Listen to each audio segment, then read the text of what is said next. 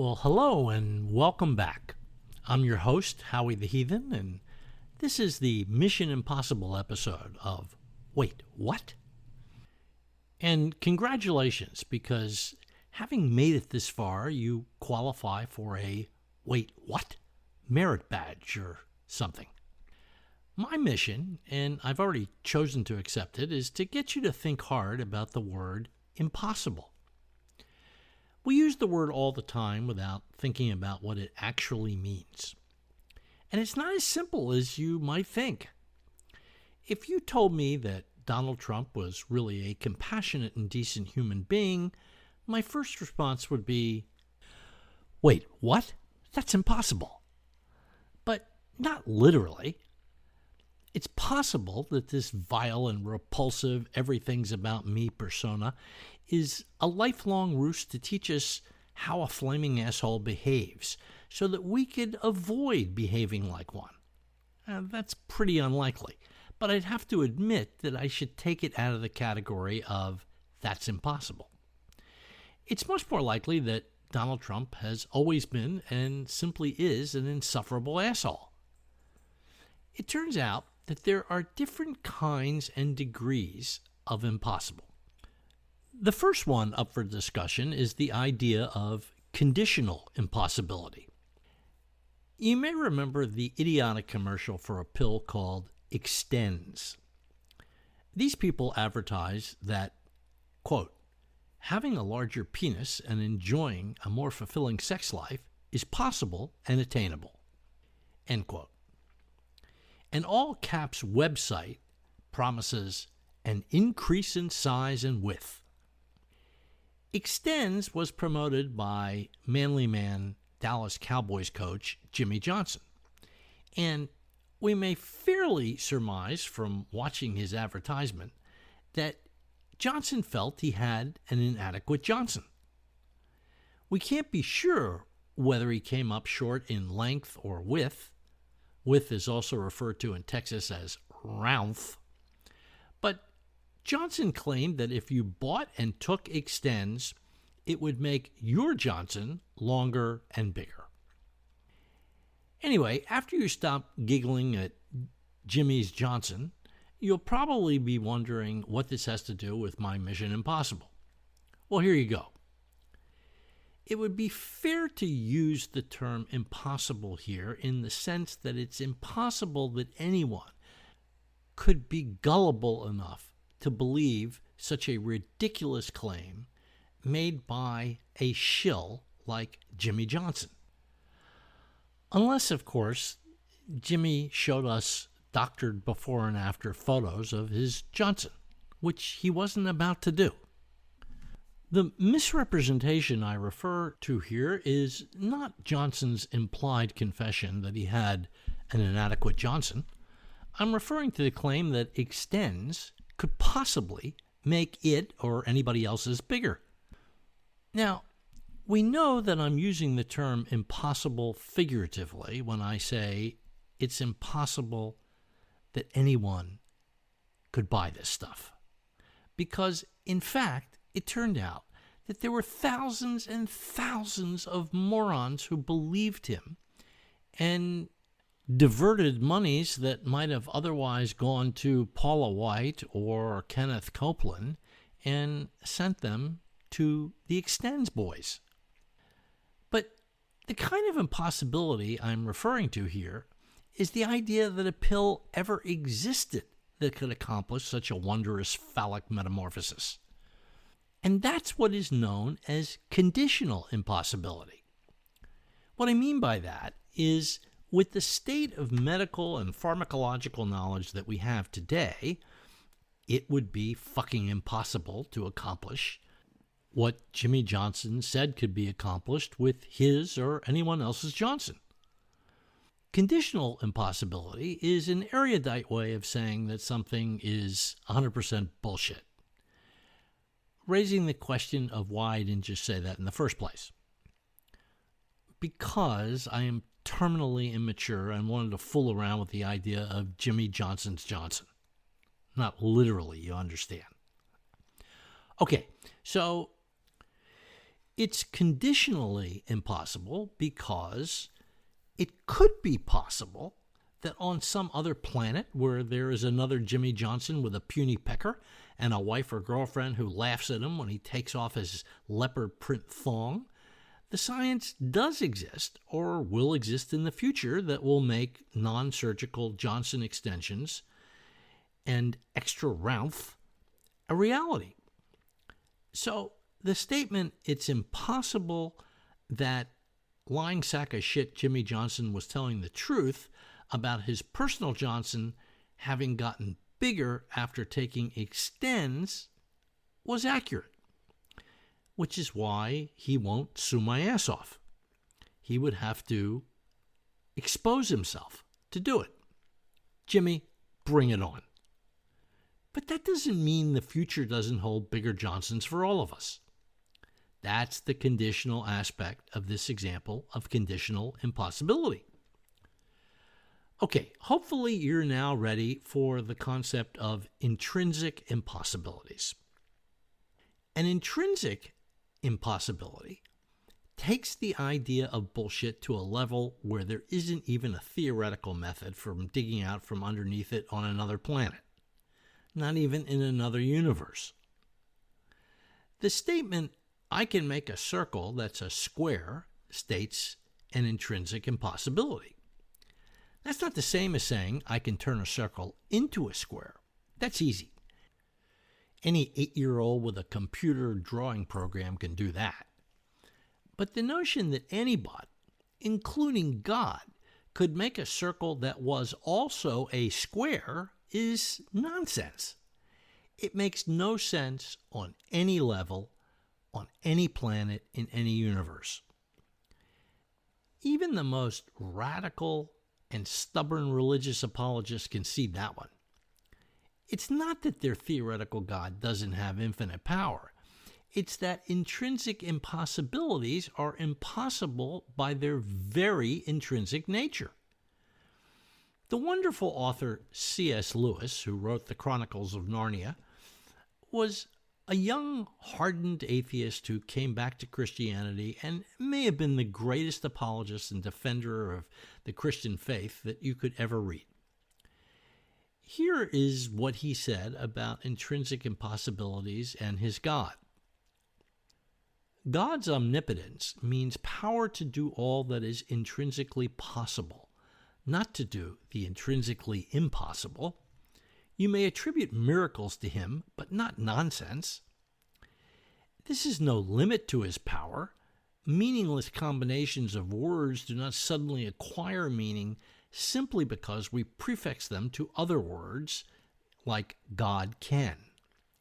It remains true that all things are possible with God. The intrinsic impossibilities are not things, but non-entities.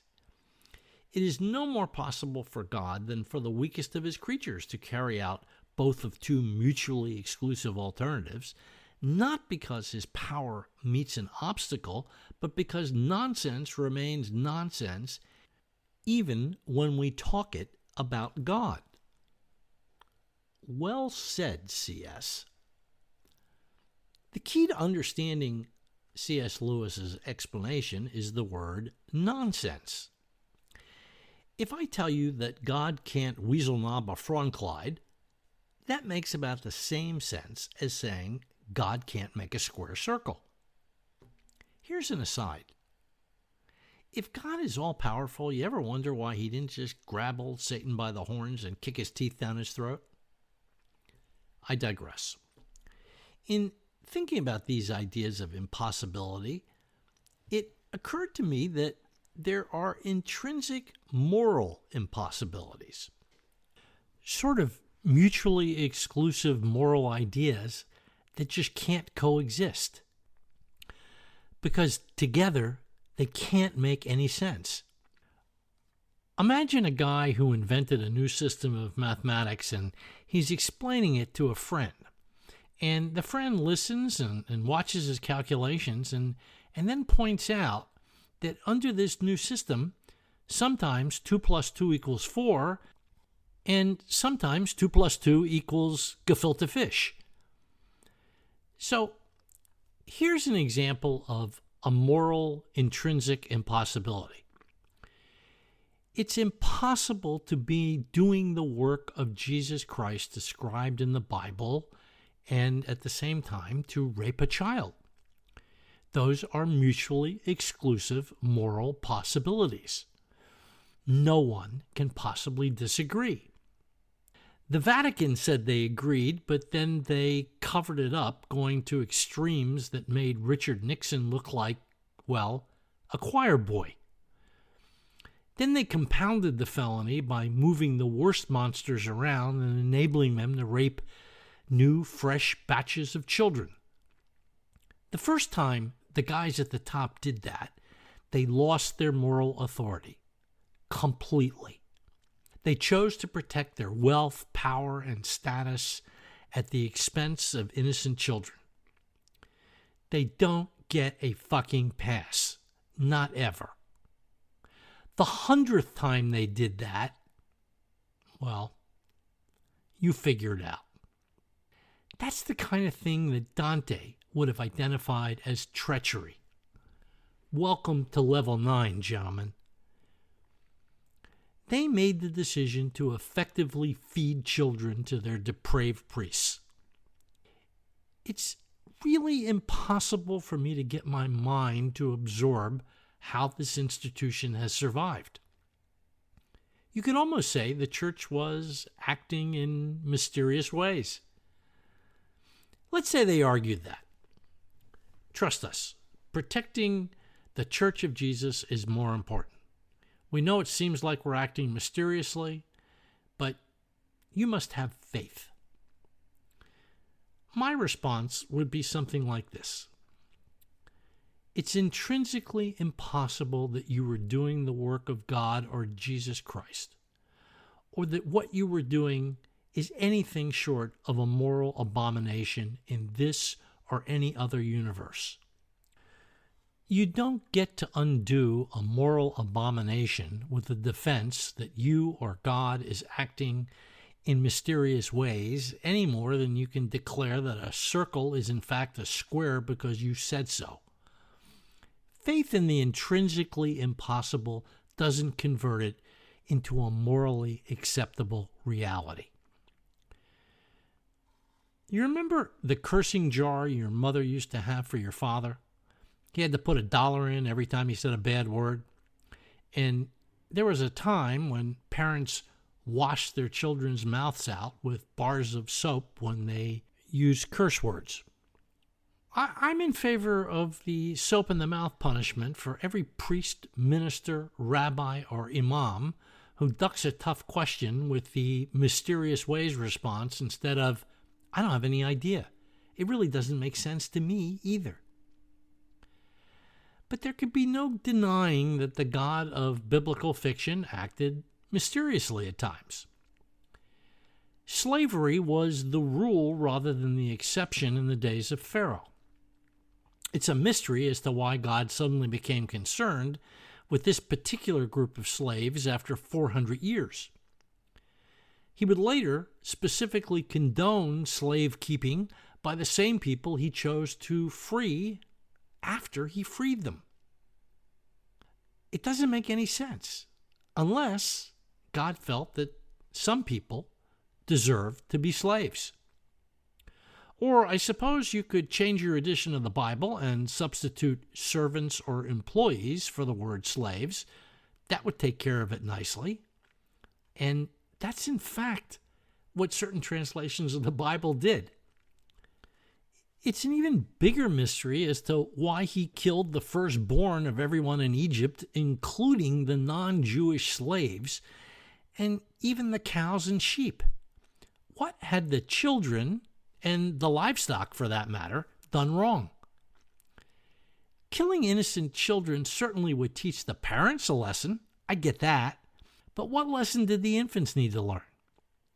What lesson did the poor people and non-Jewish slaves and servants of Pharaoh who had nothing to do with enslaving the Jewish people need to learn? What had they done wrong? Pretty mysterious stuff, wouldn't you say? No one ever talks about the firstborn infants in the story. they were God's collateral damage. As were, I suppose, every baby in the world that God drowned in the Great Flood. It turns out, if you read all the stories, there were a lot of children killed for no explained or explainable reason. Here's what I think. I think it's intrinsically impossible to square those parts of the Bible with a merciful God who loves us, unless he's psychotic. He can't be a good God if he actively slaughters the most innocent. Now, I sort of get how he lets us do it, free will and all that. But I'm afraid unless you can come up with a justification that would exonerate a U.S. soldier from killing the firstborn of every parent in a village of a Taliban terrorist leader, the God of the Bible must fall. Unless you can come up with a justification for God's order to Moses to kill everything that breathes in the villages of people who stood in the way of the chosen people conquering the land of milk and honey, the God of the Bible must fall. Unless you can come up with a moral rationale for Yahweh's order to kill every Midianite woman who had been with a man, take the virgins, and let the chosen people's soldiers rape them and kill all the little ones, and that does not mean short warriors, it means babies, unless you can explain all of that holy, sanctified barbarity, then the God of the Bible must fall, be unequivocally condemned, killed, and buried in the same place as Zeus and the bloodthirsty god of the Aztecs. It seems to me we need a graveyard for capricious, stupid, and cruel deities. They were all quite mysterious in their treatment of the innocent. It's no wonder that theologians and apologists, caught in a trap of their own making, shrug their shoulders and say mysterious ways and move on to the ripe sweet cherries. There's literally nowhere else to go. So when it dawned on me one day that it may simply be intrinsically impossible to justify or excuse these atrocities, I decided to try and find another side. Somebody must have had the courage to tackle this thorny problem. Turns out someone did. There are 2 books written by learned apologists that are devoted entirely to trying to explain God's decisions to kill infants set forth in Numbers and Leviticus. I read those books carefully to see how they made the declared moral circle into a square. Before I get into my book review, I want to make something clear. I will hereby concede, for the sake of argument, that the Hittites, the Amorites, the Canaanites, the Hivites, and the Jebusites were probably all very nasty, brutish people. They were the bad guys in the Mad Max movies. They worshipped other gods and refused to bow down to the God of the chosen people. Actually, it appears that they didn't even have a reason to know that the, quote, real God, unquote, even existed. He only talked to Moses, and Moses was not like a Mormon missionary. He wasn't commanded to and didn't go around trying to spread the word. God never told him to. This was all sort of secret stuff for the chosen people's eyes only. Which raises another thorny question. If God didn't say, go forth and spread the word, and he only told this small band of ex-slaves about the 10 Commandments, how were the desert ruffians supposed to know they were doing anything wrong? You're allowed to scratch your head here and say, that's mysterious. I mean, he's God. Why didn't he use a big honking celestial megaphone and announce to everybody, Listen up, people. Here are the rules. They apply to everybody, and I'm not screwing around here. It's a fair question. Why does he always only speak to one scruffy guy with a beard? Okay, back to the nasty desert heathens. Perhaps they sacrificed innocent animals to their silly imaginary gods, like the chosen people did. But maybe they did it the wrong way. Lambs without mint jelly or something. And I'm sure they had bad hygiene and engaged in kinky sex. They were uneducated and stubborn and probably would have violated many of God's 10 Commandments that he never bothered to tell them about. The tablet was, after all, the first limited edition. And you can't get any more limited than one stone tablet that starts out for Jewish eyes only. So, how could anybody, using any twisted reasoning, redeem this wanton killer of babies? Let me introduce you to Paul Copan, author of the book, Is God a Moral Monster? He describes himself as a Christian theologian, an analytic philosopher, I didn't know there was any other kind, and, of course, an apologist. The title of the book is a quote from evolutionary biologist and atheist-in-chief Richard Dawkins. Anyway, here's how Professor Copan explains God's decision to commit genocide and kill babies. He says, "This is a tough question. I read that, and had I been drinking a Bud Light, it would have shot right out of my nose. Indeed, Professor, we are in simpatico. This is a tough question." He went on. Were the Canaanites that wicked? According to biblical text, Yahweh was willing to wait about 430 years because the sin of the Amorite had not yet reached its limit. In other words, in Abraham's day, the time wasn't ripe for judgment on the Canaanites. The moment wasn't ripe for them to be driven out of the land to vomit them out. Sodom and Gomorrah, on the other hand, were ready. Not even 10 righteous people could be found there. Sometimes God simply gives up on nations, cities, or individuals when they've gone past the point of no return. Given this setting, it's no wonder that God didn't want the Israelites to associate with the Canaanites and be led astray from obedience to the one true God. That's his explanation. Here's an idea, Professor. Why not tell the Israelites not to associate or be led astray? Something like this. Attention, chosen people.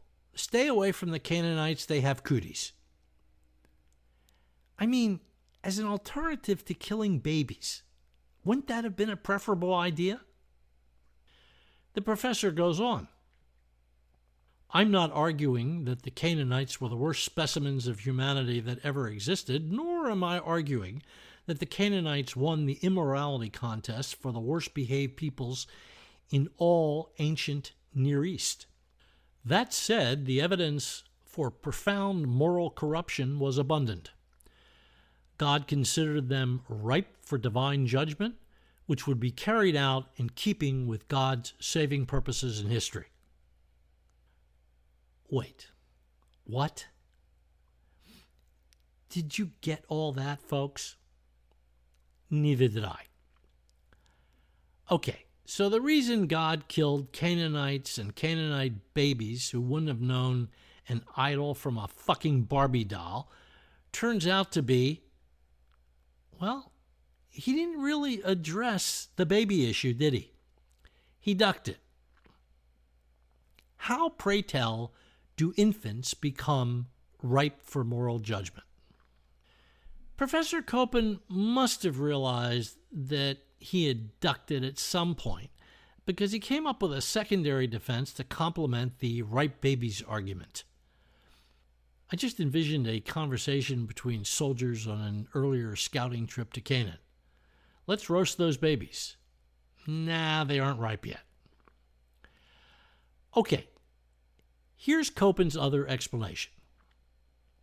Copen thinks maybe he didn't really mean it. He was just getting the troops ready for battle. Professor Copen argues that when God said, kill everything that breathes and kill the little ones and kill the women who have been with a man and save the virgins for yourselves, he was just gangsta rapping, speaking in hyperbole. Like when an NFL lineman lines up and says, I'm going to go medieval on your ass. It was just a way of getting the troops ready to fight the good fight.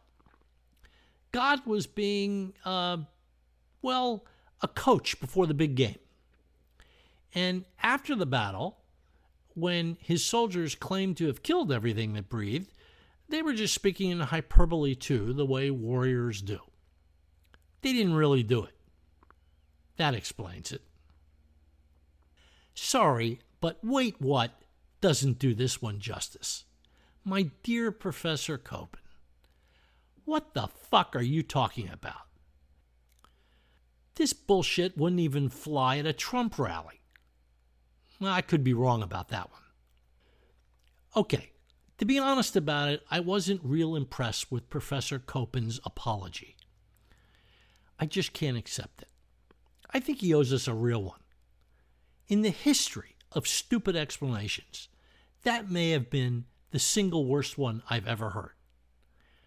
I actually laughed out loud right after I took steps to keep my head from exploding.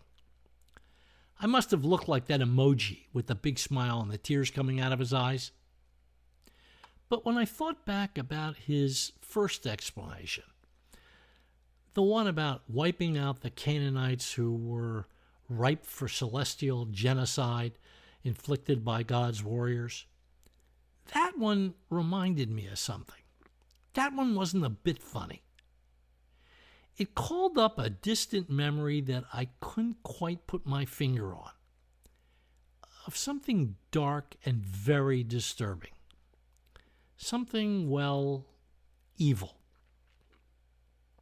So I moved on to the next book, which had to be better and more well-reasoned. I sat down to read Show Them No Mercy. 4 views on God and the Canaanite genocide. To their credit, these authors did not pull any punches. When God gave the wipe 'em out order, they all agreed that's what he meant, and that's exactly what happened. He wasn't using gangsta metaphors. He was telling Moses to rape, pillage, and slaughter babies. No way around it. He meant what he said, and he said what he meant. So, 4 of the most learned holy men on the planet, guys who have spent their entire lifetimes studying every word and nuance in the Bible, had to come up with a way to justify direct orders to slaughter babies and rape their mothers. Justify, by the way, means to make it just. How did they do it? Well, I've pretty much come close to the magic 30-minute mark of this harangue, so I have to stop here because I know you're going to come back and hear how they did it. It's like if I promised to tell you how Steve Frayne walked across the River Thames. It's that good. And when you come back, I'll tell you all about it. See you next time.